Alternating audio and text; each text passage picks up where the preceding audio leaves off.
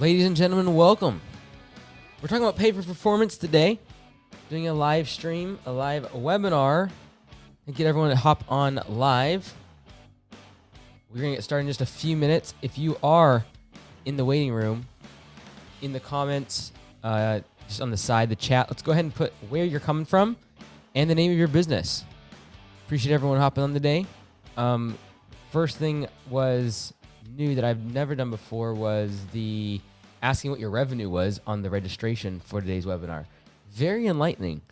I was amazed actually at the size of some of the businesses. The average size of today's business in today's webinars is very sizable. So I know this topic is mostly once you have a lot of employees, and so it definitely attracts a much larger sized audience typically. So welcome to Jordan Midgley. I'm going to go out on the limb there. Reggie from 907 Lawn and Landscape. Welcome. Thank you, everyone. If you're just joining us, go ahead and introduce yourself. Tell us where you're coming from and the name of your business. And we'll get started here in just a couple minutes. We'll be on schedule. Jesse Miller, welcome. Superior Landscaping. We got Anchorage, Alaska. Reggie Griffin, welcome. Damon from Indiana, Indy Steamers. Let's go. Dalton Slickers, Platinum Landscape. Aiden Fox from Fox Pro Landscaping.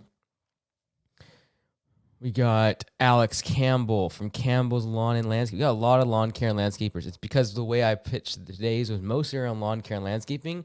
I'm going to be talking mostly about that, but if you're not in lawn care and landscaping, pay for performance works.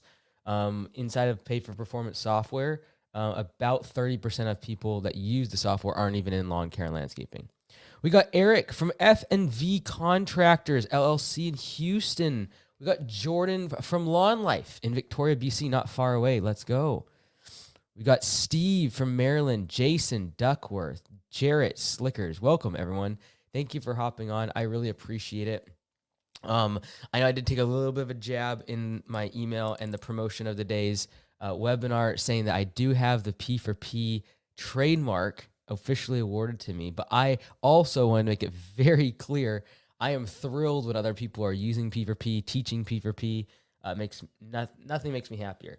So I don't ever enforce the trademark, but I do own it because I did come up with that term P4P way back. Now I didn't come up with like piecemeal kind of working or commission pay, but that term P4P is mine. And I wrote the book like 4 years ago. But I appreciate everyone hopping on today. Again, we got Chris from Highland, Illinois. We got Christopher from A-Team in Alberta, Canada. We got Travis from Grimsley Lawn Care. We got Landon from Revision Solar. Let's go. Oh, very cool, Brian. That's cool. I was looking at your website this morning. I always look through members' websites, so good stuff. Joseph from Denver. Sean and Janet. Let's go. We got Duo. Let's go from Illinois. Welcome, everyone. Thank you for coming on. We got 3 Season Lawn and Landscape from Florida. Paul from Green Earth Landscape down in Arizona. We got Chris. We got Troy from Lawn Guys. All right, cool. So let's go ahead and get started. I know people are still joining in from the chat. I apologize for my voice a little bit. I've been fighting stuff for the past week in my throat and snotting all over the place. But let's go ahead and get started. I thought it was important to do this today. As kind of like the spring rush has finished, we're now in the summer. A lot of us actually have the time for this sort of sit down. Let's look at what's been going on and assess really our teams, our efficiency, and really what's next for the business. And so I appreciate y'all making time. It is 7 a.m. my time, but I know for most of you it's 8, 9, 10 a.m., but I appreciate you all being here. I promise I won't be coughing the entire time. Let's go ahead and get started. I'm going to do about 20 to 30 minutes of a presentation, and then I'll go right into Q&A. And so I want to kind of frame up exactly my story with pay for performance and why I'm so passionate about it. And so if you see me get pretty worked up over pay for performance, it's not because I have a software or because I have a book. It is simply a matter of I know what it did for me. And it completely changed my business. It took me from making nothing and being very, very frustrated and not being able to pay people what they are worth, and being very, very frustrated with my business, to making it very profitable, having time to go scale using the franchise model, being able to do a lot of different business ventures because I was able to take my locations and have a system that ran it and kept the labor efficient while I was gone. And so I do get worked up over this. And so a lot of times because of that, people think it's because I'm trying to sell books or I'm trying to sell the software. And although I do that in order to be able to educate people about pay for performance and make it easier to run the system inside their business, I want to be really clear in that there are less than 6% of people that have signed up for pay for performance software that actually institute it and actually are able to run it. And so I have failed in the past to educate people enough and give them the tools required to actually make the change from hourly into P4P. There are more owners of Augusta Nation running pay for performance as it should be ran in its entirety than every other company in the world in terms of in our software. And so I can see the software, I can see how people run P4P, I can see what people are getting paid. And to date, only about 6% of people that actually sign up for an account actually will run pay for performance to its full extent, as I talk about in the book, as I talk about in P4P University. So I want to give this presentation, and my mission in home services is like, I really don't care if you use my software. I don't care if you get the book. I just know what this did for my life. I know what it did for my business. I know it did for my employees. And I just really beg for the next like 30 to 40 minutes, if you just give me your undivided attention. And if you use Excel spreadsheets, if you use paper to calculate, I'm going to actually show you how to do this with paper. If you're just getting started, to be able to run pay for performance in your business, it will completely change everything. What I encourage you to do, if you listen today, is either go all in with it or just don't touch it at all. A lot of people that have talked and say stuff in the comments about, pay for performance didn't work for me, or there's this problem or that problem. Excuse me. I can go in the back end and see how they actually instituted pay for performance. And no, they did not do it correctly. They didn't do it in its entirety. And so I really, really encourage you, if you're going to institute pay for performance, it needs to completely transform and revolve around, like, the whole business model needs to change.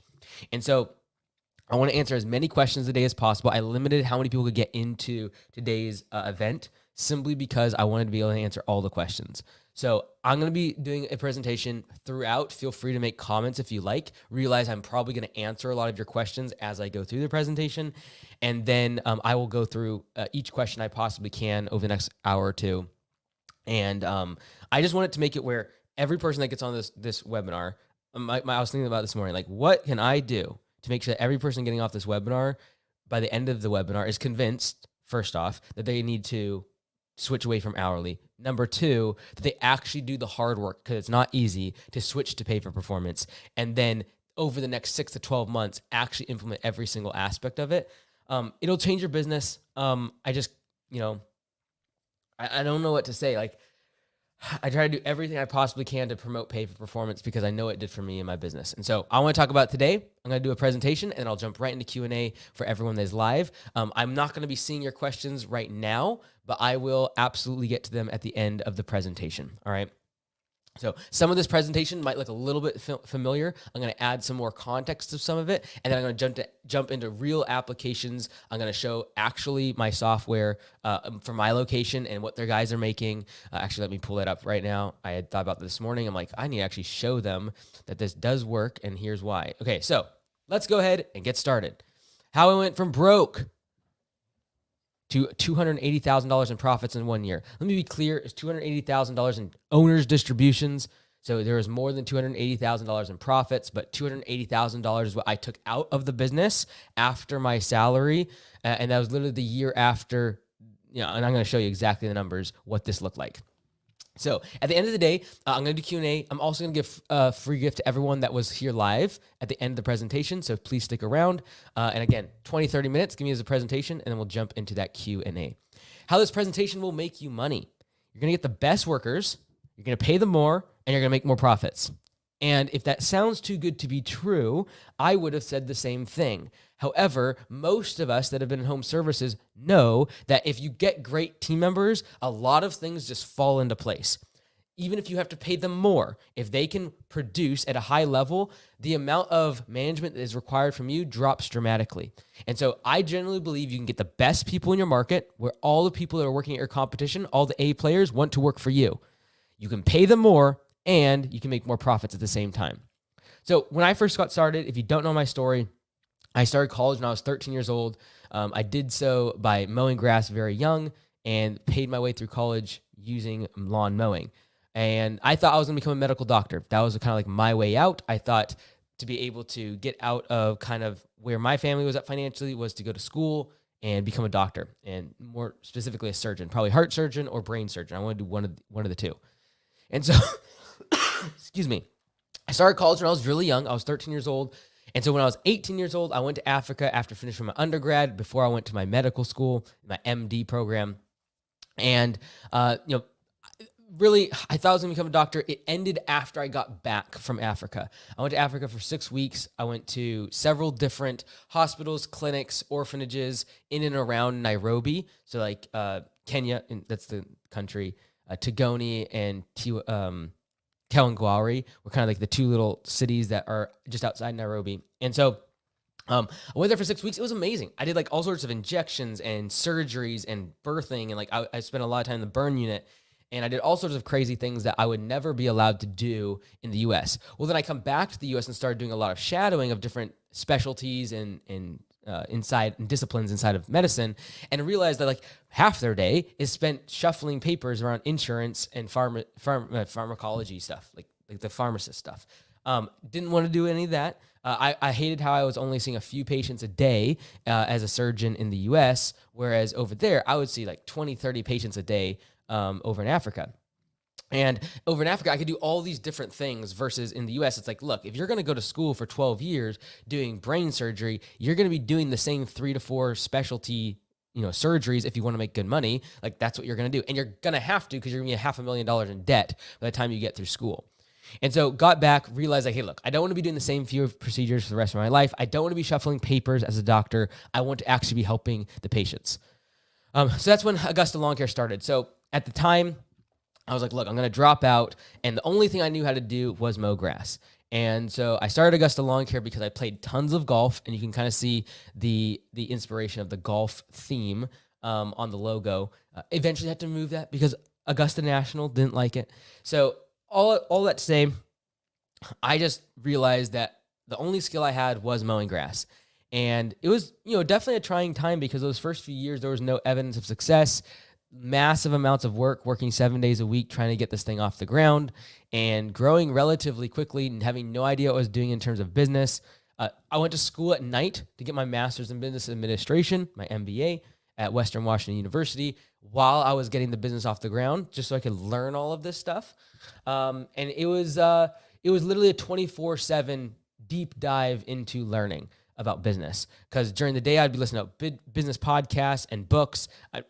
And then from 6 to 10 p.m., I'd be going to listen to lectures. 10 to 12 at night, I'd usually work on projects with my classmates. And then I'd wake up at 5 o'clock the next morning, and I would start again mowing grass, doing the whole thing over and over and over again. And so that's how Augusta Lawn Care started. Now, it almost ended a few years later when we were doing about $600,000 to $700,000, $600,000 to $800,000, I think, in revenue. And I had a few employees. Now, this massive dump truck, this L7000, this is the actual dump truck that I got stuck underneath. I got caught in the PTO. And basically, the lever underneath that turns the PTO on, it's obviously a very manual process. It's not a very high-tech vehicle. And so it had broke the cable that went from the cab where you pull and engage the PTO down the little cord that goes down underneath the truck and engages the PTO. It broke. So for the past week or two, I'd been going underneath the dump truck and pushing the lever, and that would engage the PTO. The PTO is the thing that spins underneath, power takeoff, and powers the actual dumping mechanism of the dump truck. And you can see this thing's a beast. This thing's huge. We overloaded this thing, I'm sure, many, many times. I honestly didn't know GVW and all the rest of it. We just put tons of stuff inside of this thing, and it somehow managed it. Anyways, I get underneath the dump truck. It catches my hoodie on my way out. So I engage the PTO. On my way out, it catches my hoodie and it starts to suck me in an instant. And, you can look up PTO accidents on YouTube and it's pretty gory. And so I remember being pinned up underneath. Again, this is like a split second, looking up underneath the dump truck and just thinking, oh, like this is how it's going to end. And I wasn't like, super anxious. I obviously couldn't scream because like everything bunched around my neck immediately. So my shirt and then my hoodie that I was wearing, everything is immediately sucked up around my neck and was strangling me. And fortunately, the gearbox kind of pinned my bicep and kept me from just absolutely getting whipped around in the PTO. And so I dropped out of the PTO. Thank God. It just ripped all of a sudden. There was no seam. There was no zipper. Just between the shirt and the sweater just shredded, and I fell out. And so I spent a couple weeks kind of recovering, and I was in the hospital, as you can see here. Literally from this hospital bed, I remember getting my phone out and literally FaceTiming my crew and showing them the next job site. And, one of them had to drive me back to the shop, which then the ambulance took me to the hospital. But, then they had to keep working the rest of their day.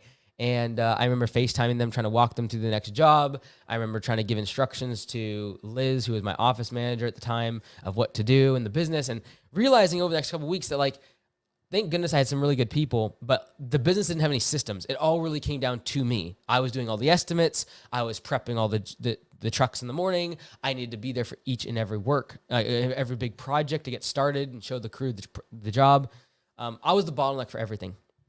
And so that's how the Augusta Lawn Care almost ended, because I almost got squashed like a bug. And I realized that I really needed systems. And I was the system, FYI. If you don't have systems in the business, you are the system. It just so happened that if you remove you, the business would fail. And so I realized that I needed systems. I was the bottleneck to the business. We kept growing the business. And at this time, if some of you from way back might have started listening, was when I started Landscape Business Course.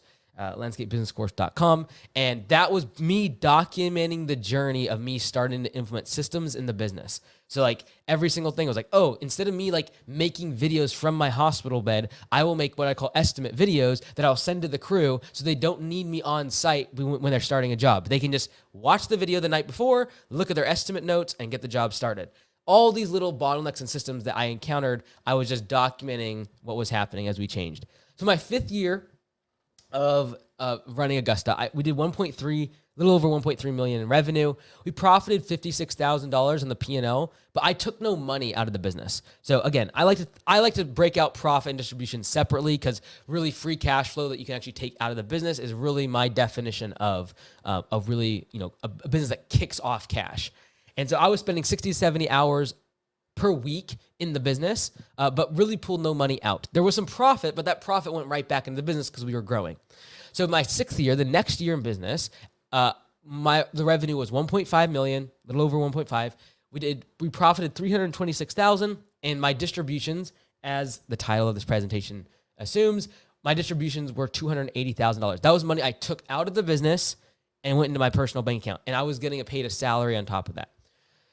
The time that I was spending was 2 hours per week in the business. So I'd come twice a week. I think it was Mondays and Thursdays for about an hour each time in the business. Usually a little bit less than an hour, but if you include drive time, it was about 2 hours per week I was spending in the business. What changed? Pay for performance, P for P. It gave me time to work on my business, because I was literally working 60, 70 hours in the business before. The next year, all of a sudden I made more money and worked less time in the business. So what is P for P? What did it allow me to do? First off, it's less micromanagement. And if you're like, wait a second, I don't even know what P for P is, let me explain it really quickly. Pay for performance is this. From the perspective of the employee, the harder they work, the more money they make. And you can just boil it down to, the second thing is, they make a percentage of all the revenue they make for the business. Great. And that's all you really need to know about pay for performance. Some people would call it commission pay. Some people would call it piecemeal pay, or whatever. Like, I don't really care what you call it. It's essentially the harder you work, the more money you make, and you make a percentage of all the revenue you make for the business. Now, why P for P? Less micromanagement. I remember we would track all of our trucks. I was really tempted to like get cameras in the trucks, audio recorders in the trucks, etc.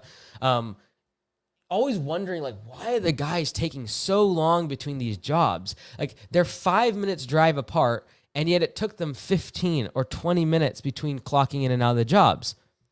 Once we instituted pay for performance, I was able to that year pay $4.81 per hour more to my crew. Plus, we added medical benefits, gym reimbursement, and paid time off. So 2 weeks of paid time off a year. We added a whole bunch of stuff like that. Call outs that year dropped by 40%. So the amount of people that decided that they just were not going to show up to work last minute dropped by 40%.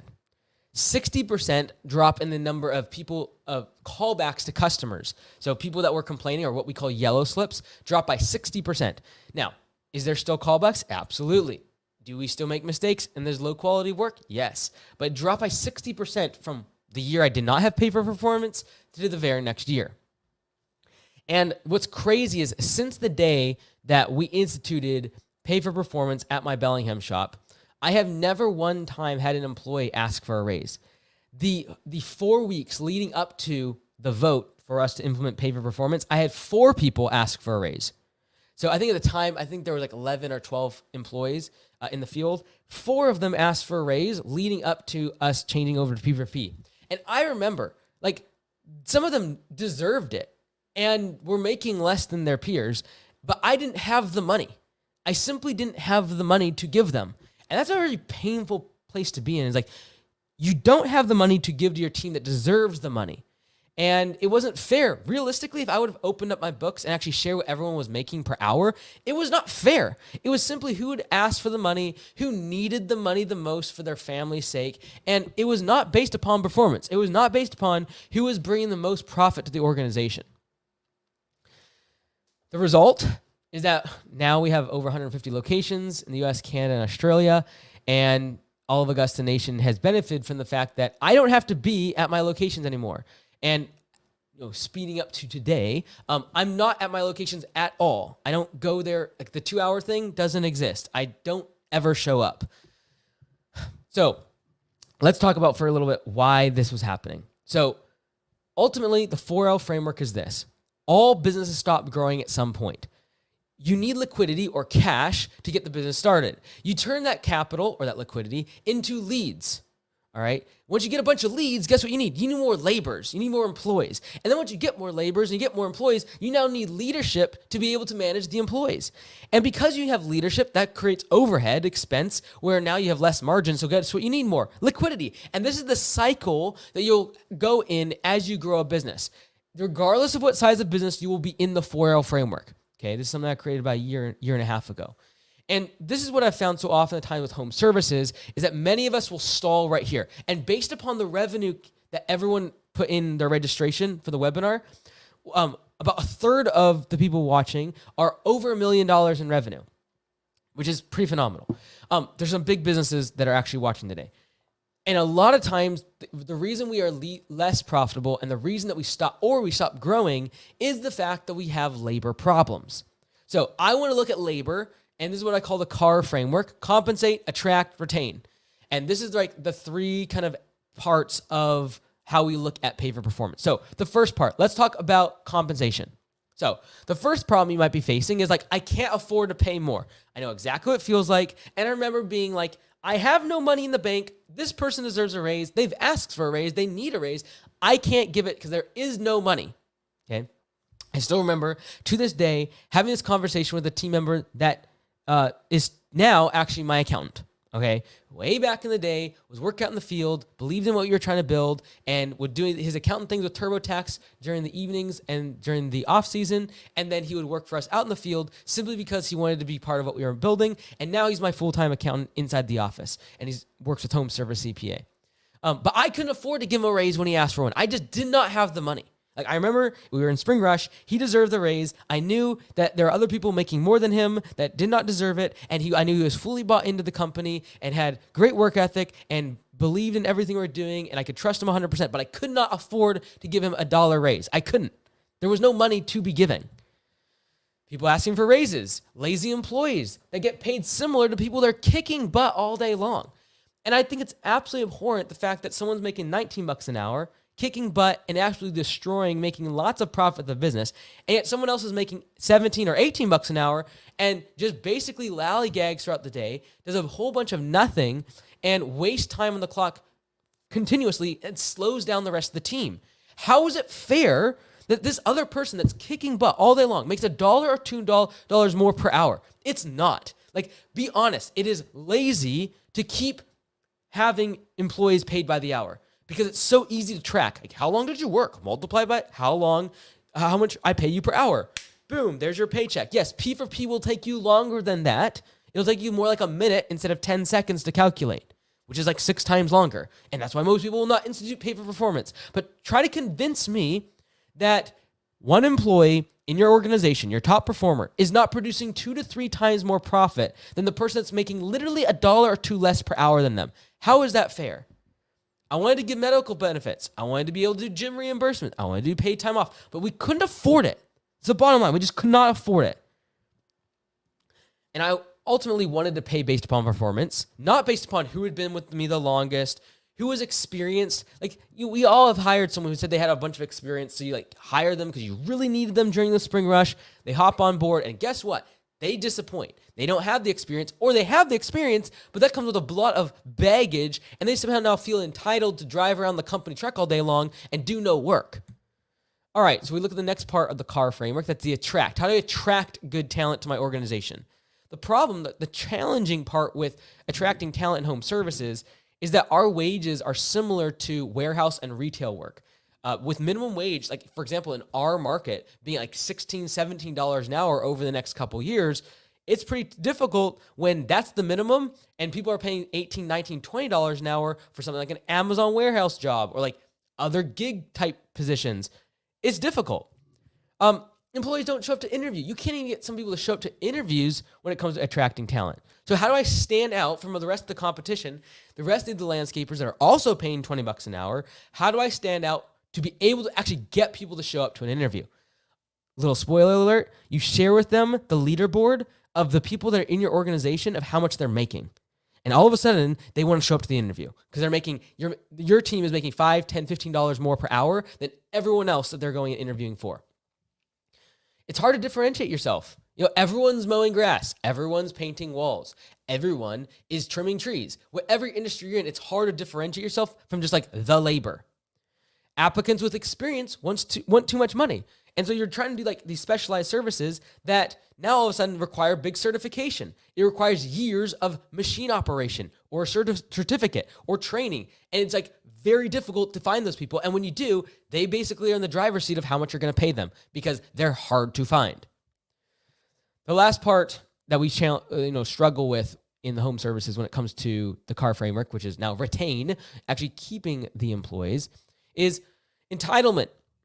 As people stay longer, they somehow feel entitled to all the extra benefits of being employed.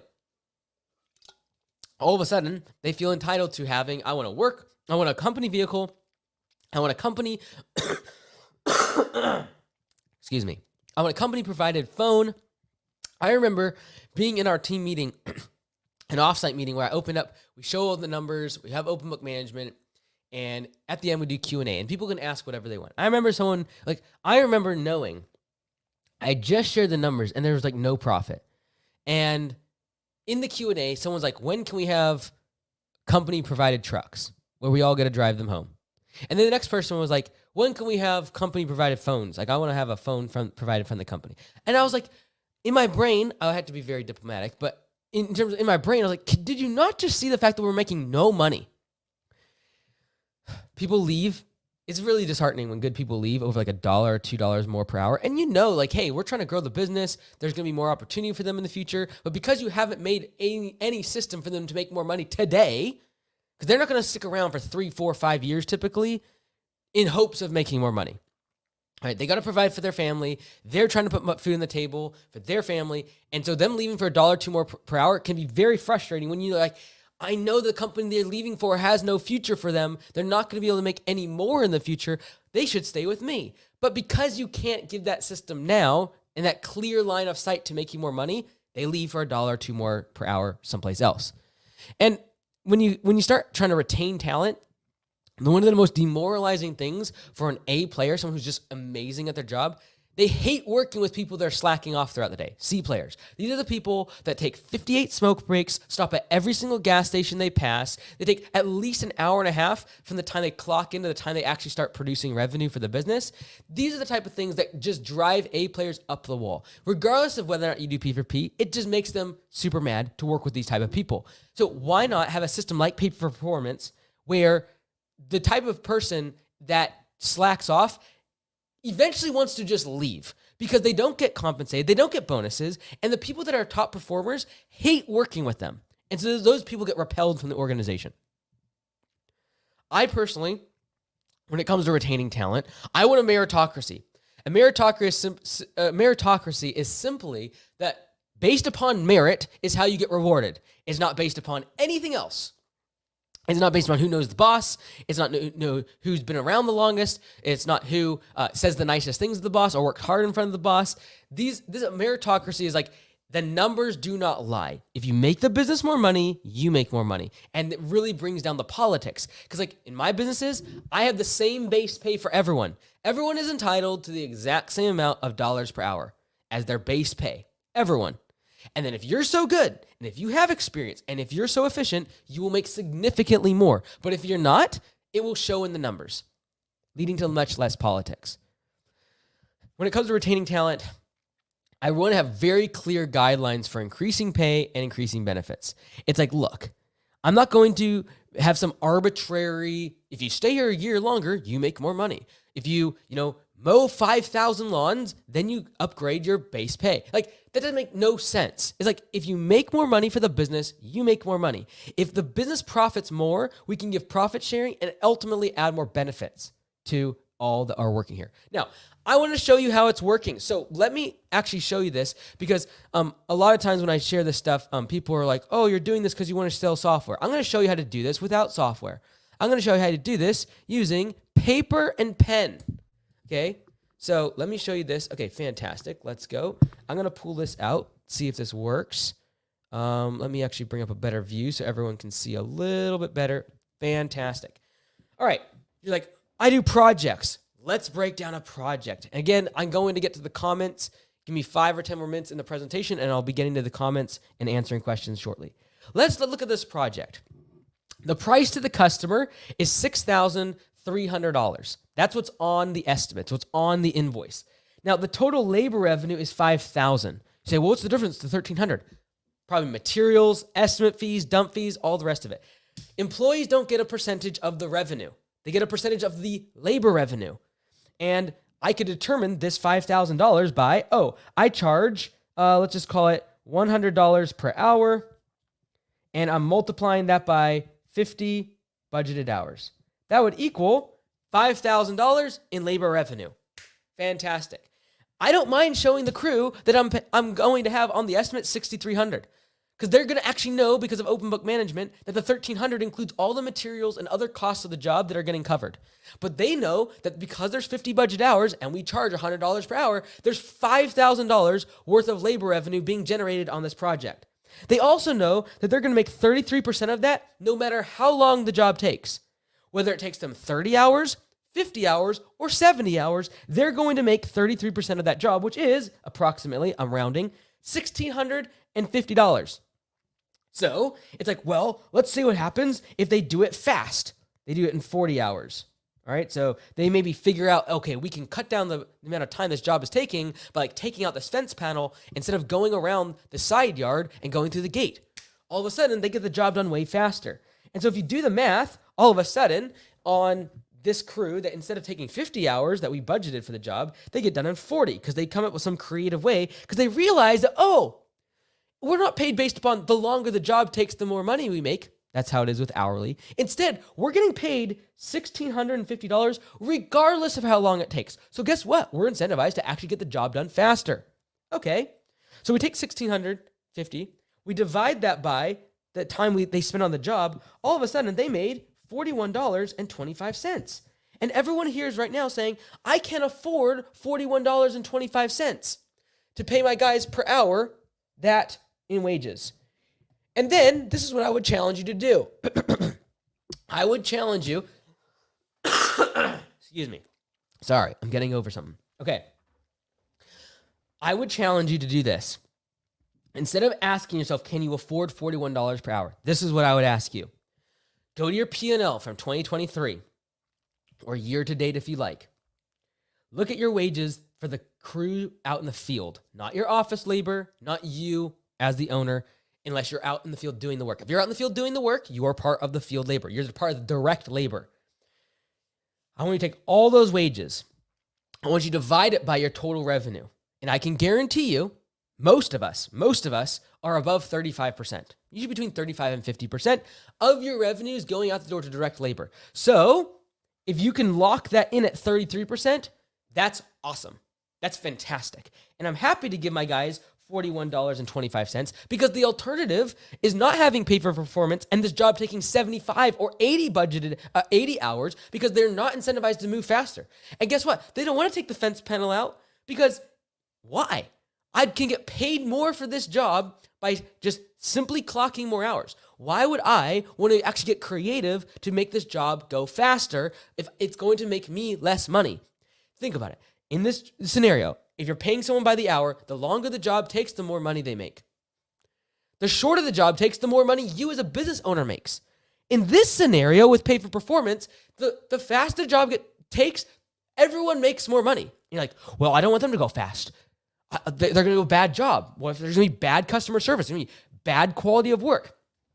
Here's the thing. If there's a problem on this job site and they make a yellow slip or a callback or they don't do a walkthrough with the customer at the end of the project, they have to go back to the project and they're not getting paid any more labor revenue. The labor revenue is fixed. It's fixed at $5,000. They're getting paid the same amount no matter what. And so if they're going to do a bad job, if they're not going to do a walkthrough with the customer, they will end up having to go back to the project and they're not getting paid any more. And guess who's really ticked off? The rest of the crew, because so-and-so did a bad job on XYZ part of the project. And now we're all having to go back because the customer complained or we didn't do a walkthrough. And if you're tired of your guys not doing walkthroughs on projects, just realize when you start to actually show them the math of what a yellow slip or a callback to a customer's property does, they will all of a sudden, when they're making $41 per hour, want to make sure that before they leave that project, the customer's happy. And they actually do, hey, Mr. Jones, hey, I understand it looks great from your doorstep. Please walk out. Let's walk around the property. I want to make sure you're 100% satisfied before we clean up the rest of the project. All right. You're like, I don't do projects. I do mowing. I do maintenance. I do some sort of route-based job. Okay, let's break this down. So we have, we have 12 jobs. Let's assume that we complete 6.8 budgeted hours for the day. So some of them are half a budgeted hour, some of them are 0.75 budgeted hours, etc. All we have at the end of the day is 6.8 budget hours completed. All right, let's assume, okay, we got $80 per hour that we're charging for our labor rate per budgeted hour. That's the goal. And if we just do the math of 6.8 times 80, we make $540 of labor revenue for this crew. This is a solo route for the day. Now, I know that if I am paying 33% of that, just a third approximately, rounded out, I'm making $181 in wages for the day as the employee. Now, let's look at the math. Let's say that this employee is kind of slow. They're not working very fast. It takes them 10 hours to get the work done. If it takes them 10 hours to get all of these jobs done, they're going to make $18.10 per hour, right? That is 181 divided by 10 hours. Now, let's say they're doing pretty good. They get done in 8 hours. Okay, we do 181. We divide that by 8. Theoretically, they're making $22.63 per hour. And if they absolutely crush it and they get done in 6 hours, theoretically, they are going to make 181 divided by 6. They're going to make $30 per hour. All right? And you're like, that's impossible. There's no way that landscapers or lawn care guys or home service entry-level employees can make $30 per hour. Okie dokie, artichoke. Let me show you something really quick. Give me 2 seconds. I'm going to show you the difference of how we calculate P for P versus base pay throughout the entire week. But give me 1 second. I'm going to actually show you these are real people. These are real numbers from my location locally. Let's go to the last paycheck here. So this is in Bellingham, Washington. And yes, our cost of living is a little higher here. Our base pay is $20 per hour. And we have to pay $20 an hour just to attract anyone into our market. It's kind of the going rate. But that is our base pay. That is not what we pay them. We pay them a percentage of revenue on P for P. Okay, now I just messed it up. Let me go back to my location. Okay, Bellingham, great. Okay, let's go to payroll summary. I'm going to, I should be showing you this. 1 second. Window. Let me share this with you. Settings, present, share screen. Right? Where is it? Aha, here we go. Am I sharing it? Payroll summary? Beautiful, except I want it bigger. Boom. And then let's go ahead and add me in here. Let's go. Okay, so this is inside of P4P software.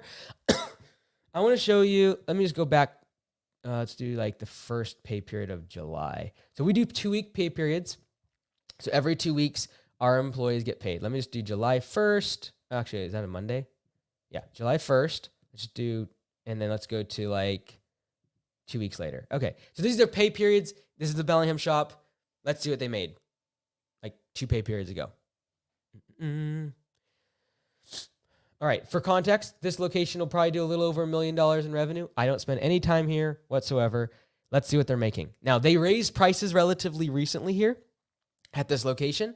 And so they're making a killing. I know that after this specific pay period, we reduced the percentage that we were giving the employees from 33% down to 25%, simply because they were making an absolute killing on P4P. And so we were able to actually make more money. Oh, whoops, I didn't click on that. There we go. Okay, refresh. Boom. Sorry, I have multiple locations open, so it's trying to run all these other reports. Give me 1 second.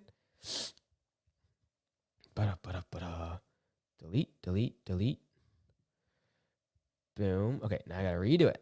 Oh man, sorry. I had all these other tabs open this morning. Custom range, July 13th, create report. Okay, let's see what we got here. And so if we look at, here, I'm going to pull this one up and share because this is what everyone's going to want to see. Present. There we go. Perfect. Okay, so if we look at, why will it not let me share the screen? Okay, give me 1 second. We're making it. Present, share screen, window. Okay, so what you're going to see here when I show the report, bam, is going to be P4P versus base pay. And so when we look at P4P versus base pay, it's over the course of the entire pay period. Okay. It's still, I have all these tabs open. Give me 1 second, guys. I want to show this payroll, but I have like 5 locations and I need to delete them all out. Give me 1 moment. Perfect. Okay. So when we look at P4P, we are always comparing it versus base pay. People are like, oh, you can't do P4P because it's illegal. The bottom line is I am not advertising to my crew that they are going to be making, $30, $40 an hour, but they do. So what happens is every single day, can you see it? Yes, good, very good. Okay, so every single day I am doing one thing. And this is literally how you want to look at P4P in general. Is like over the course of the whole pay period, I am simply looking at, okay, P4P, this is how much they earned today. Base pay, this is how much they earned on Monday. And then Tuesday. So we have all the days of the week that stack up. Maybe they don't do so well on this day. And then you got base pay stacking up over the course of a pay period each day. And all you got to do inside the software is literally just each day be tracking P4P versus base pay. At the end of the pay period, you're simply going to take the higher of the two. So in this case, they get paid P4P. However, if base pay was higher for that pay period, you would pay them base pay. So they're always guaranteed to make at least a certain amount per hour on base pay. Now I got all these tabs closed. I can actually share with you my screen for their paychecks and show you how much they were making. If I can share it, there we go. Share. Okie dokie. Let me go here. All right, so this is the pay period from July at my Bellingham shop. Okay, so what do we got here? We got base pay of 20% or $20 per hour. At the time, we were giving them 33%. So let me just move this screen out. There we go. Very good. Okay, so this person worked 27 hours in this pay period. Their base pay, if you take $20 per hour, multiply by 27.9, $558. But they made $853 on P4P. So they made an extra $300. Let's go per hour. For the pay period. Okay. Let me just go ahead and add in save. Very good. All right. So let's look at the next person. This person they worked 32 hours. Their base pay was $646. They earned $962. Fantastic. Okay. This is running around $30 per hour that they're making, most of them. So then we got, let's see here, we got 27 hours that this person worked this week, 27 the next week. They worked 55 hours. Their base pay was $1,000. How much did this person make? So let's see here. We got their total P4P, right? Their total P4P for the pay period was $1,993.66. Divide that by 54.96. So this person made $36 per hour. Keep continuing on here. So the thing that you're looking at is like the payroll bonus. Is this the difference between your P4P and your base pay plus overtime? Remember, we're just always tracking base pay plus overtime versus total P4P. We give them the higher of the two. And if P4P is higher, they're getting performance dollars. They're getting a payroll bonus. All right. So someone here, this is the same thing. Like this is probably $33 an hour. They worked 56 hours. They made almost $2,000 for the pay period. This person worked 60 hours. They made $2,000 for the pay period. Again, $800 is the bonus for the paycheck. Like that is what you're looking for. If you're just doing $100 or $200 more per pay period, you're simply not going to have enough incentive for the crew to work harder. Like if you're making, $20 an hour on base pay guaranteed, and then they're making $21 or $22 on pay for performance, there's not enough of a difference there to actually get them motivated. But when they're making an extra $600, $700, $800, $900, $1,000+ on a paycheck on performance dollars, they're super motivated. And secondly, they're making sure they don't make any callbacks or damage cases because that can be taken out of their bonus. All right. So sloppy work doesn't get rewarded, and it's going to lead to them not making their bonus. In fact, towards the end of a pay period, when they know that their money is on the line, in terms of here, 1 second, entire screen, Chrome tab, boom. When they know that their paycheck is on the line towards the end of the pay period, they are absolutely being extremely cautious around equipment, making sure they don't break anything of the customers, making sure they don't have any callbacks, because if they don't, all that money, all that performance dollars, $800, $900, $1,000 per paycheck is on the table to be taken away. All right. Okay, let's wrap up the presentation, and then I will go to Q&A just momentarily. I showed what my location last month for their pay period was looking like. We actually, because they were making so much, like average performers were making mid-30s, we actually reduced the P4P from 33% to 25% to pad the profits for the location, and they all get a piece of the profits. Okay, because you've made it this far, if you want to go to mikeandys.com/free book, I will actually send you a hardcover for free. You don't have to pay for shipping. There's none of that garbage. You literally just fill out a form, and I will send you the book for free. Completely out of my pocket, by the way. There is no shipping cost. There's no handling charges. It's literally you fill out a Google form, and within a month or two, I'll get you that book. All right? Secondly, all of this is like all this math and complication. That's why I made P4Psoftware.com. If you want to join, feel free. It's 30 days. You can get a free trial of the software. And if you want free training, in addition to what I talked about today, just go to mikeandys.com/P4P, and what's called, oh, you can't see it. Sick. Can you see it there? There we go. P4P, mikeandys.com/P4P, completely free. I actually have a couple coaching calls I recently put in there of walking through different scenarios, similar to what we did here.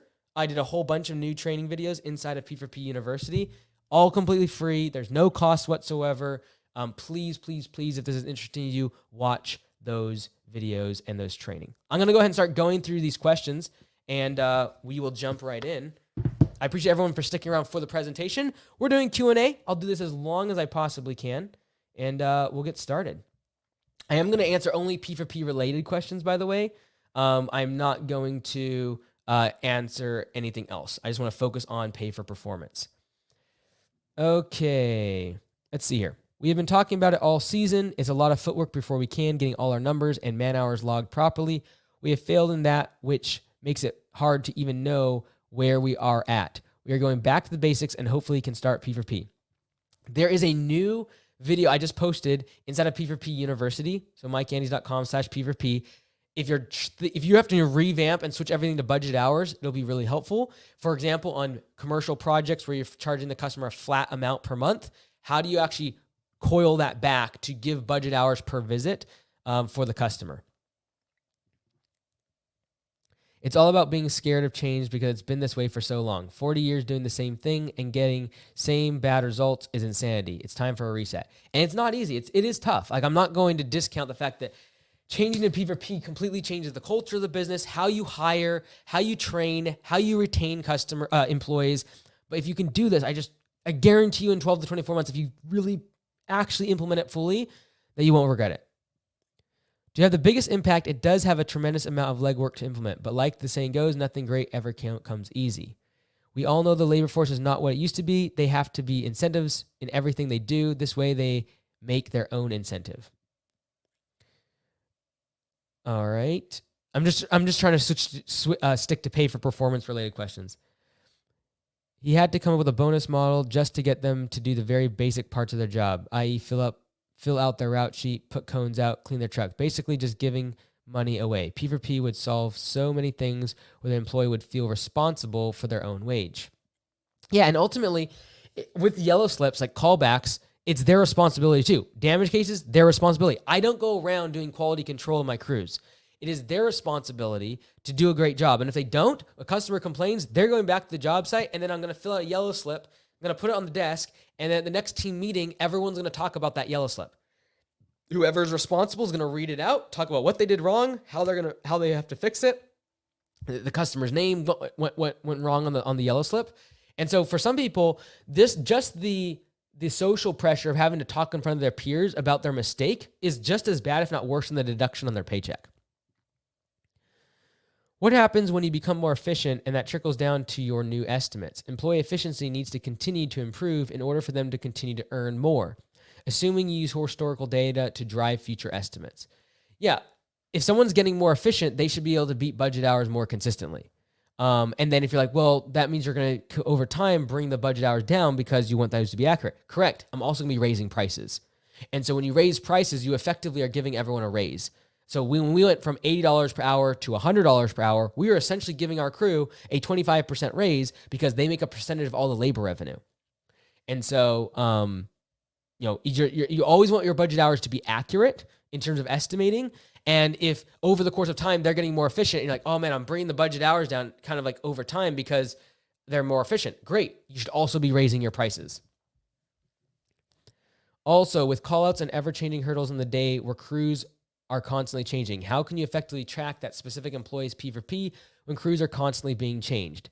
Yeah, so this is where the software kind of helps because otherwise it gets a little complicated. The software, what you would simply do is put the crew out. So let's say they're by themselves for half the day and they switch to being with a crew of two. You just use two separate entries on the time card, one with as a solo, one as with two crew, and then it would break up all the math itself. Like if you're doing the reason the software is made is because I want it to be where it's like every day you simply put in how much labor revenue they earned and it does all the rest of the math. If you sync it with Copilot, CRM, it'll pull the budget hours, it'll pull the rate, it'll pull their clock in and clock out time. If you don't use Copilot, totally fine. You're just going to have to do a little bit more manual entry, but it will take you less than 1 minute per day per employee. All right, that was the goal from the onset of starting the software. Since labor efficiency is based off budget hours divided by clocked hours, how can we add manual adjustments without it negatively impacting labor efficiency? So manual adjustments don't impact labor efficiency at all, because we're still going to look at efficiency score as budget hours divided by clocked hours. Even if you add a manual adjustment, it does not affect their efficiency score. The reason I did that is because I don't want your efficiency score to look inflated because guys are doing a bunch of like maintenance tasks on your equipment or doing a bunch of non-revenue producing tasks like cleaning up the shop. So the manual adjustment is going to be made. It will make sure it impacts their paycheck, but it's not going to impact the fact that budget hours were not completed and clocked hours were going up. Therefore, their efficiency score actually was going down. But we're going to manually adjust their paycheck for like non-revenue producing tasks like sharpening blades, changing the oil, cleaning up the shop. That's when the manual adjustment is going to take place. Why? Why do we need a manual adjustment? Well, this is the fact. Look at this. So if we look at the fact of what's happening when we are doing shop work, well, base pay is going up because they're clocked in all the time. So this number is slowly going up. Okay. Well, we need to manually adjust P for P up as well because it's not moving because there's no labor revenue being produced. So that's when manual adjustments come into play, is when someone's on base pay, they're clocked in, but they're not generating labor revenue. So that's when what we call a manual adjustment to the time card. And those can be negative or positive. Negative would be like a yellow slip or a damage case, etc.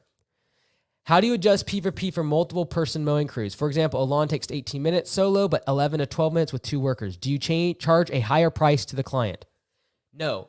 The inherent inefficiencies of having multiple crews on a maintenance job is the fact that they're never going to finish at the exact same time. So when the person's finished mowing, it's never going to finish exactly with the other person weed whacking finish at the exact same moment. So that's why when you add more people to a crew, the more stops you have, the less efficient they are, because they're hopping in and out of the truck, which always adds waste, but also they never finish at the exact same time. And so when it comes to labor revenue, the same amount of labor revenue is going to be created no matter what, and it's going to be divided equally among the crew. Some people on P for P inside their software will put different rates, like percentages. So like 30% or 33% percentage going to the crew based upon if they're solo or if they're multiple person crew. I don't do that. I like to keep it really simple so the crew always knows how much they're making. If you're synced with Copilot, when they open up the P for P app, they can see how much money they're going to earn for the day based upon how many jobs are assigned to them. So before they even start the day, they see a thermometer with all their jobs, and they can see, oh, today I'm going to make $321. If it takes me 10 hours, if it takes me 12 hours, it takes me 8 hours, I'm making $321. And then as they complete jobs in Copilot on the dispatch board, it fills up that thermometer, and they can see exactly how much they're making for the day, which is super helpful for like getting them to complete the last few jobs of their route, convincing them that it's like, hey, don't come back to the shop when there's one more job on your schedule and it's next door of your current job. That always boiled my blood when someone would literally, their last job of the day was next to their last job of the day was next door, and they didn't do it because they're like, oh man, I'm just so tired. On P4P, they understand that driving back 30 minutes the next morning is going to crush their pay for performance, so they get the job done. We have over 7 crews, and although we try to keep the same people together, this changes daily. Do you track the P4P daily or weekly per crew or job? Seems it would have to be daily to adjust for changing crew members on a daily basis. Yeah, you got to do P4P daily, and then what you do in the software, just click send reports, and then they actually get a report every day, every single day. They get a report of what their base pay was and then what their P4P was. And they're like, oh man, I made an extra $50. I made an extra $20. Oh man, I had a negative day because I was spending half my day fixing a mistake from the day before. So these are very positive reporting for the crew every single day to know where they're at, and then be able to see a leaderboard of who's the top performers in the company and then emulate that sort of behavior. And then you're tracking it every day, so that way you know, like there's gonna be some days they don't make as much on P4P compared to base pay, but it doesn't matter. At the end of the paycheck, I'm looking at the total sum of P4P versus base pay and giving the higher of the two. Yeah, it's daily. What happens when you have someone leave during the day and you grab a guy from another crew, in return, handicaps both crews, which is out of their control? Then what happens? So if this person does this consistently, the crew's going to hate them. They're not going to want to work with them, and they'll eventually get pushed out of the organization. If it happens one time inside their time card, you're just going to be able to switch who they are working with. But like if you're synced with Copilot, it does it automatically because it can see who they're working with inside Copilot and the number of crew that's assigned to the job. If you're not synced with Copilot, on the time card inside P4P software, you would just need to make one more entry in the time card with a different crew size. That's all you'd have to do. Good question. You break down the total job cost and divide hours worked, gives the dollar per hour earned for each employee. You break down the total job cost and divide hours worked, gives the, okay, all right. Right, but you have a 5-man crew. A guy fell out, making them technically handicapped all day because the job called for a 5-man crew. They finish the day with 4. These employees take that as a negative hit on their P4P. May not be fair in their eyes. So this would not affect anyone's P4P. So if having going from 5 to 4 people, yes, they're going to generate less revenue. However, on most of the jobs for the day, their labor revenue is going to be divided by 4, not 5. And so it would actually not make a massive impact. What would actually impact their pay is the fact they probably have to drive back to the shop and drop off the guy, or someone has to come pick them up, and all of that waste, that would affect their pay. What if we need to lower base pay? So the balance with P4P when it comes to base pay is you need it to be high enough in order to be able to attract talent, but you want it to be low enough to where the difference between base pay and what they're making on P4P is large. Like, if their base pay is 20 and they're only making 21 or 22, they're not going to be incentivized to move faster. You need that to be at least $4 or $5 per hour for them to actually change their behavior and actually motivate them. Drive time doesn't matter because drive time is not producing revenue. All I'm looking for is how much revenue is produced for the day, which means drive time is nothing. Like, nothing's happening. There's no labor revenue being produced. So it has nothing to do with oh, you're not paying them during drive time. Not true. They're clocked in, and I'm making sure they're at least making base pay. But I'm also tracking what percentage of their the P4P, like the labor revenue that they're generating for the day, and they start to figure out that when they're driving, they're not making labor revenue. Yeah, okay. How often would you recommend raising your prices in order to maintain solid wages for the guys? This really comes down to what your market can bear. And I don't think raising prices has anything to do with this as much as, are you at capacity? If you're at capacity, you need to buy more trucks or hire more people in order to get more customers because you're just at capacity, that's when you would raise prices. And then, this would be a side benefit of raising prices, that a percentage of it's going to the team. And if you're like, well, I need to raise prices and make more money, but my crew's already crushing it on P4P. In that case, I would lower the percentage that you're paying them on P4P when you raise prices. Question. I have a company that does commercial maintenance. Our average total hourly cost for an employee is $25 per hour, which includes taxes and benefits. The going rate for commercial maintenance is $45 per man hour. So it's low margin, but high volume. We deal with the same issue you talked about with motivation. How can we use P4P when we get paid 8 hours no matter what for the day? There is never an opportunity to increase the daily budgeted hours. So if you're getting paid 8 hours no matter what, the company is basically paying you to be on site for 8 hours no matter what, you've now robbed your guys of being able to do P4P. Right? Because they can't, making them work faster is irrelevant. If someone's paying you to be there for a certain amount of time, first off, kind of a weird contract because they want the job done. They don't really care how long it takes you to do it. And so I would just really, really push for the fact that you probably know if you switch to P4P, the guys could get it done in 6 hours instead of 8. And so try to convince them that, hey, we can lower your price by 10% if we just are held to the standard of getting the job done instead of how long we were there. And how you'd pitch this to them is hey, we don't want it to ever be when we drive out of their property that stuff is left half done because we didn't hit 8 hours. We just want it to be that these are the tasks that you expect us to complete at these times of the year, and we're going to get them done. And then you create budget hours assigned to each of those, and then let your crew beat them.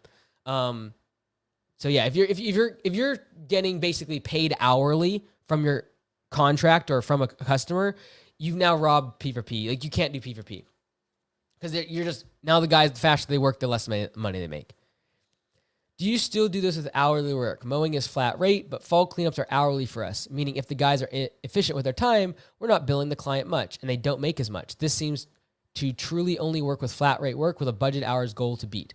Yeah, so in this case, I would really recommend, if you're doing a one-time leaf cleanup, I would have a budget hour assigned. I'd give the customer a price. I would argue customers are more willing to pay a higher price if it's fixed from the onset. So if you're like, hey, we're going to charge $50 an hour, it's going to take 10 hours. So or about 10 hours, right? $50 an hour to customers seems like a lot. However, you could literally charge $80 per hour, but then say, hey, it's going to cost $500. It's going to be the exact same price. They're happier to pay that. They might even pay $600 because they now have a fixed price. There's not this random dollar. Like, they're paying for the leaves to get cleaned up. They're not paying for you to be on their property. Like, the problem gets solved when the leaves are gone, not when you're on their property. So I really recommend, like, you can have a much more premium price if you actually assign budget hours and give a fixed price. I would also say if it's not a one-time project and it's a recurring basis, you can kind of average out how many budget hours it's going to take per week, bi-weekly that you're being there. And yes, sometimes it'll be higher, sometimes it'll be lower, but give the guys a target to go after. Because I genuinely believe people can literally get twice as much work done if they're incentivized to do so. We have an improvement crew, which makes $100 per man hour, but is fed by our maintenance crews. It's not fair if only the improvements crew makes the dollars. So first off, I would want to know if that $100 per hour includes the improvements like the flowers or whatever, bush trimming. Like, if there's other material costs, we take out of that $100 per hour. Some of it would be considered like material cost. So I'm going to assume though you're charging more per hour for the improvements. There's probably a higher likelihood that the improvement crew is going to have yellow slips, damage cases, and is higher margin. So it's okay to sometimes have a service that they make more per hour, but there's also more risk of yellow slips. They have to do walkthroughs with the customer. They have to be able to speak English. They have to be able to coordinate projects. Like, they have to be able to figure out whole, like, delivery of material, delivery of rental equipment, management of a job site. And so I'm okay with having the higher rate because usually it's high risk, high reward. Hey, Mike, we are in your region in Washington with similar cost of living. We are paying hourly now. What do you expect to pay base rate for P4P in this area? So in Washington State, depending how close you're to Seattle, it can range. We have locations that have to pay $25 an hour just to get anyone in the door, because your base pay needs to be high enough in order to be able to attract good talent. Do you have a recommendation for what percentage of revenue should go towards labor when you include the non-revenue producing employees? I have a couple part-timers doing some of the office work and maintenance tasks, but I'd like to make sure that I'm not hiring out more of the work than I should, assuming I want to maintain a 20% profit margin. Okay, I think I froze up there. What happened there? Uh-oh. Give me 1 second. I'm going to switch out my camera. Give me a second, folks. Present camera settings. Camera's giving up the ghost. We're going too long. All right, let's see here. Can I switch back? Oh, and we're live. Let's go. Okay. Good question. So if you're wanting to include your office workers in labor, in general, I don't want to be spending more than 50% of my total revenue on direct labor. If you're spending more than 50% of your total revenue on direct labor, that's people out in the field, we've got a problem. If you're going to throw your office and admin into that, it's probably going to go over 50% in terms of the overhead expenses. What about equipment issues? Can you take problems that are out of their control, not negatively affect them? Look, there's positive and negative things that are going to happen every single day to their route. There's going to be jobs that they show up to, and it's going to take them way shorter because it was dry. And when you did the estimate, it was super wet. Like, there's going to be pros and cons and things that speed them up and slow them down. The thing is, when you now take that out as a variable that they can just use as an excuse, guess what? They check their oil. They check their tires. They actually make sure that of these little preventative things before the day starts. They take an extra belt with them, so if one breaks, they have one to fix, and they don't have to drive an hour round trip to get the belt fixed.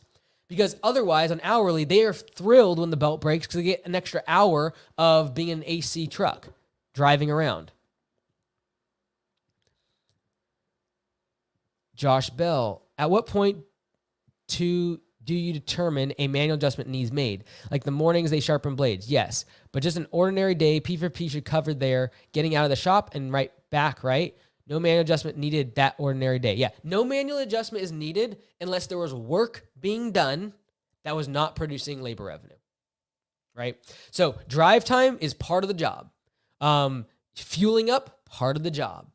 Unloading at the end of the day and loading up at the beginning of the day, part of the job. All of a sudden, though, because they're not getting extra revenue, there's no labor revenue being produced, they quickly find out that shrinking that time is in their best interest. And so that's where the incentive garners the best results. Let's go. Liam, for businesses with multiple crews, how do you address fairness on routes? For example, if one crew has 2 large jobs that take all day and another has 12 jobs in the same day with far more drive time, the first crew could make great money, much more easily than the crew who are spending a large chunk of their day driving. This could upset some crews. Great. P4P really also make sure you have disciplined business practices. For example, if you have a really dispersed route and your drive time is crazy, they won't be able to make P4P and they will get mad at you. So either A, you have to raise prices on these jobs that are really spread out, or B, you will cut them because it's bad business in general. Like, hourly wages hides a lot of problems in the business. When you now give people a piece of the revenue, they will complain when there's bad performing employees. They will complain if jobs are underpriced. Like, you can have a job go underpriced for a long time simply because the crew doesn't care. They're not getting paid based upon the revenue being generated. They're getting paid how long the job takes. And so you might literally, it'll flush out all of these bad things in the business simply because now they're thinking the same way an owner does. And so if there's a ton of drive time, yes, they will be mad. So you will have to correct the pricing or correct the route and get rid of a massive service area and where people are driving way far away. And then you also will mix up your routes. And then if there are times where like, hey guys, we're going to this area, it's going to be a little bit dispersed. There's a lot more drive time. We need to do it this year, and I will correct the pricing at the end of this year, and I will mix up who's going in that area because I know it's tough to make P4P on that specific route. Just communication with them.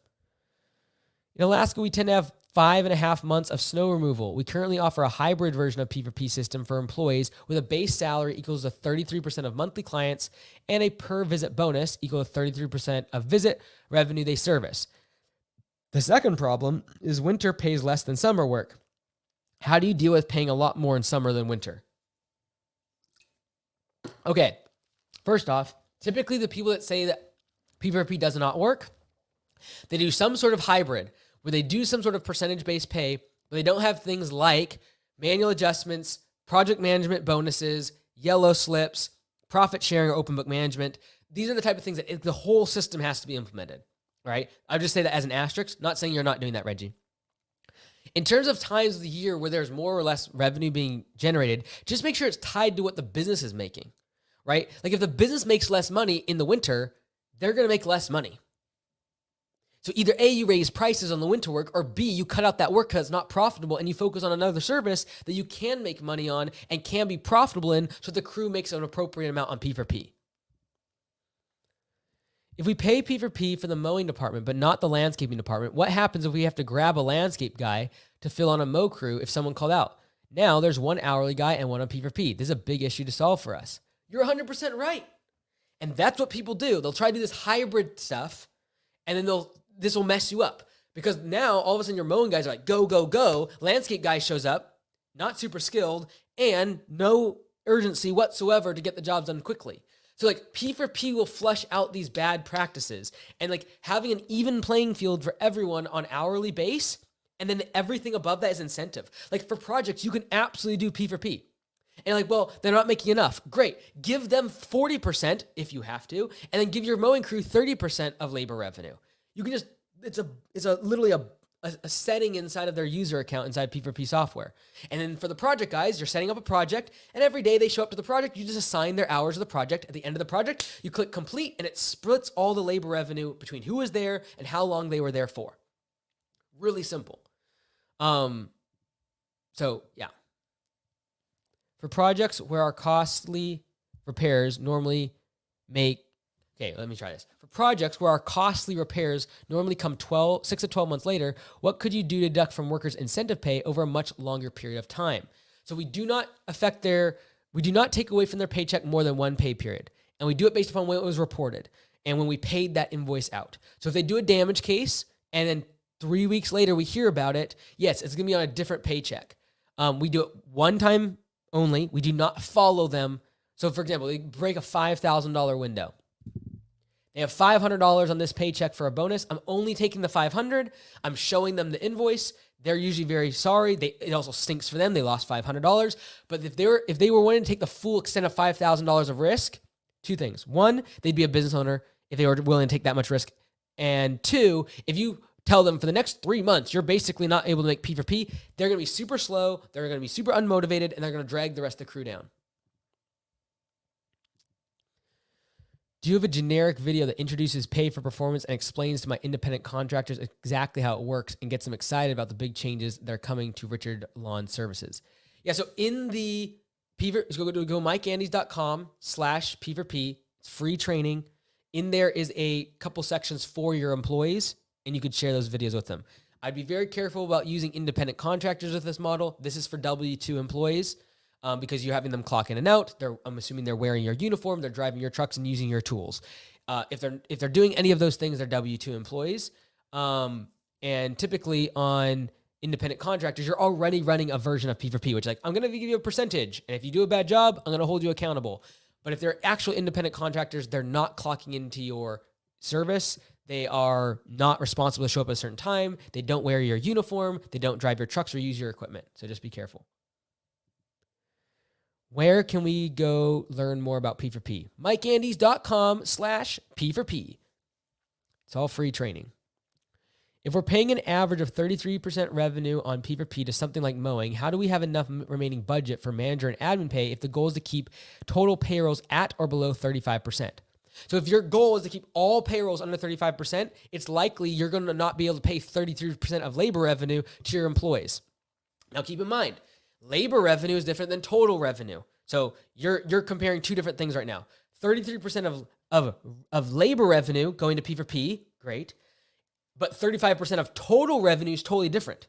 Because now total revenue includes estimate fees, dump fees, material markup, all those other things. So you could actually hit this number, and even though 33% of labor revenue is going to the employee, really maybe only 25% of total revenue is going to the frontline team members. So this could take place. But simply, if you're battling this, you might have to raise prices so you can pay your employees less a percentage of P for P. I'm not saying you must be 33%. I'm saying try to do a number that the employees can do the math in their head, right? So the software will show them how much they're making if they're integrated with Copilot, right? It'll say, hey, here's how much you're making for the day. But I want them to be like, okay, there's 10 budget hours on the day. Multiply that by 100, that's $1,000. I'm making 1/3 of that. That means I can make $330 today. I like them to be able to do the math really simply. So I like 20%, 25%, 30%, and 33%. Those are like my favorite numbers. Do you have any interior, exterior painting companies using pay for performance? A lot of different skill levels can be on a crew. How would you structure base pay for performance? Thanks. So you can either so inside of P for P software, you can have every user have a different base pay, and you have every user have a different percentage of revenue that they get. So if you wanted to do tiers, you could have different base pays based upon experience level, tenure, whatever. And you could also, if you wanted to, have different percentages for the same thing. I would tend to probably want to do more percentage based, but if you're like, hey, I can attract a crew leader for the same base pay, and it's like very different skill levels, you could do that. And just have a different base pay inside the software, and it'll track that accordingly. When it comes to open book management, do you allow access to see the job full pricing and all in their Copilot account? Yes, I let them see everything. Like, they're eventually going to see an invoice. They're eventually going to see an estimate. They're eventually going to talk to a customer. The customer's going to print it out. So just show them the information and don't hide anything from them. Here's a news alert, all right? If people like you, they will work harder for you. How do I know that? Because if they don't like you, they'll look for ways to tear down your business. Siphon off gas, make you look bad, slash your tires, all the rest of it. If they don't like you. So if they do like you, they'll work harder. Now, what's the number one way to get someone to not like you? Hide things from them. Why? Because they don't trust you. So if they don't trust you and you hide things from them, they will not like you. And if they do not like you, they will not work as hard for you. All right? So show them everything, in my opinion. What about hiring inexperienced employees and they are training? They obviously will not be very efficient. In summer season, we could have a easy 15 plus guys without experience. We have to move around in crews. This will be a hit to the good guys. So we have trainer bonuses inside of P4P software. So if someone's doing training, they will get an extra bonus per hour in order to be able to compensate for the fact that they're going to get slowed down. We personally tie that trainer bonus to them actually having to fill out at the end of each day a performance report on their trainee. So they get an extra, I think it's $6 now per hour as a trainer, but that is tied to making sure they have a performance report at the end of each day for their trainee. Sometimes all we can find is inexperience. That is all that is walking through the door at hiring time. Mowing has no materials and is a labor-only service. You're correct, Ted. Yeah, if you don't have any material cost being added for mowing, it's just all straight labor, and it's easier to keep track of usually. I didn't list my message appropriately. We utilize P4P as you described in the summer, and in the winter they are responsible for their list. So it is giving them their 33% for monthly, 33% per visits that they handle. My main question is this the best way to handle this under P4P, or would you recommend being just pure budget hours like summer since we have months? But some months we can work 10 hours and others 100. All right, yeah. So I don't like giving a percentage of their percent of, if you have a monthly contract that's a level billing, I don't want to give them a percentage of that. I want to give them a percentage of the labor revenue, which is going to be the budget hours multiplied by the hourly rate. So what I would do is break that contract down and be like, okay, there's going to be sometimes it takes 100, the other times it takes 10. Let's figure out every visit when that's supposed to be. So I'm going to use Copilot as an example. Inside of your CRM, though, what you'll want to do is create the level billing, and inside of it have all these visits. Each of those visits have budget hours attached to it and a separate schedule. And then when they show up to the job, they're only going to see the job notes and the budget hours assigned that's supposed to be completed today. And then I'm going to be able to run P4P based upon that. Instead of getting a percentage of a level billing, and the billing is level, but the work spikes throughout the year. I don't want to be giving them a percentage of flat amount, because sometimes, for example, they'll show up and they just need to blow off the sidewalks. And then next week, they need to show up and do a 20-hour property cleanup. It's not fair to the person, to either of them. And so you're going to have to figure out budget hours per visit. So would we include the full mowing price inside the P4P model for their route completed base pay? Yes. Or do like 10% of the mowing is related to cost of insurance, gas, etc. Then their budget hours is based on their 90%. No. So for mowing, I just consider all labor revenue. And if you're like, well, they're making too much money, bring down the percentage that's going to them on P4P. When you said include no revenue producing in 2 employees, labor revenue should be less than 50% of revenue. Is that 50% of labor revenue or total revenue? Margins are much better on labor than materials for us. I would increase your material markup, because typically, okay, I see your gross margin. I see what you're saying. Okay, like typically we increase our material markup by 100%, right? So if I'm getting charged $30 per yard for something, I'm going to charge the customer $60 per yard. And so yes, you're right though. Typically you're going to mark up labor by like 4x typically.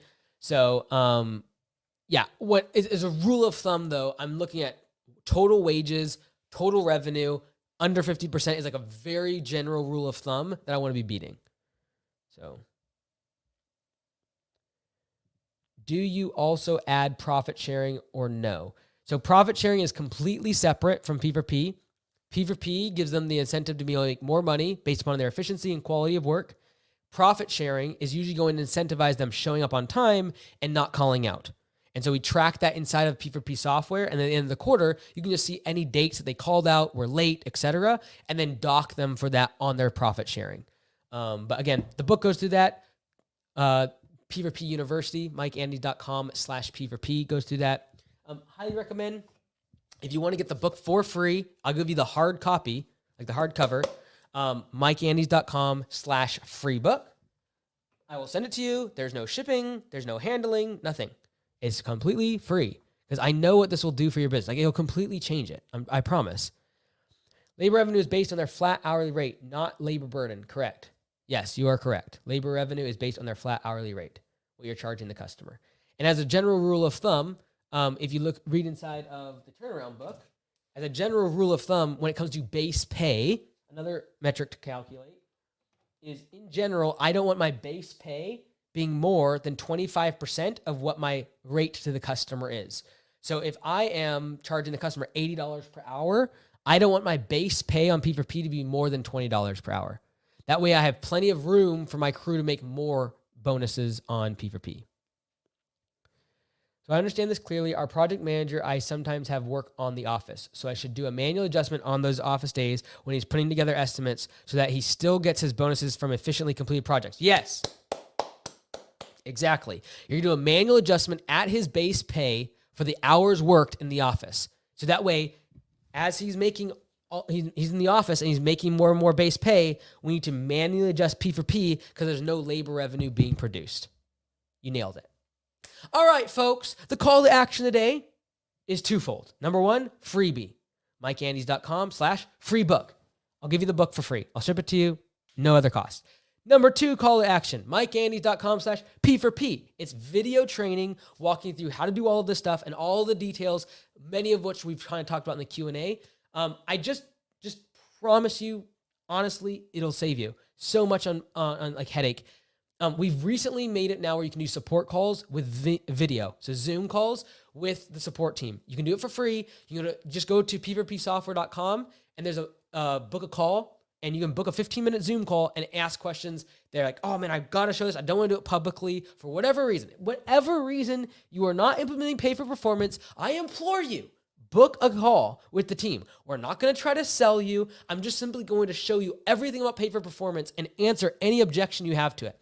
And in my opinion, me selling you on P4P is the best thing I could possibly do for you because I know what it did to me, my business, my life, and my employees. And so please, if you have any objection that has not been addressed in this webinar, in the book, in P4P University, please book a Zoom call. All right. We don't make money on P4P software, right? No one uses it because it's very, very niche. I know what it did for my business, and I implore the people that follow me to use it. And I will continue to invest in making the software better, having a support person to be able to answer Zoom calls and answer chats because I know how it changed my life. And I beg you, if you follow my content, if you trust anything I've ever said, to implement pay for performance. And if there's anything that has been not addressed today or in the book or in the training, please book a Zoom call and we'll just address directly what your problem is. And we'll go through your numbers. And I want to make sure no objection is there. The only reason to not implement pay for performance is because you are lazy. That's the bottom line. You're not willing to do the hard work of changing contracts into budget hours. You're not willing to have the hard conversation with employees that are overpaid about having a lower base. You're not willing to go through the transitionary period of everyone having either base pay that they're currently at or P4P. You're not willing to do the math on the back end. You're not willing to do the 1 minute per employee per day, which if you have 15 employees, will take you an extra 15 or 20 minutes per day to calculate. But then they'll get daily reports and they'll be able to very quickly see how much money they make when they work harder. Just please, if there's any credit to my name, please institute pay for performance for your business. It'll completely change the way your business operates, the way you treat your employees, and the way that you interact with your company. I love you all. I hope you have a fantastic rest of your weekend. Check out P4P University. It's completely free. MikeAndes.com/P4P. Book a call from the website, P4Psoftware.com, and we'd love to talk to you and make sure we get your questions answered directly. Love you all.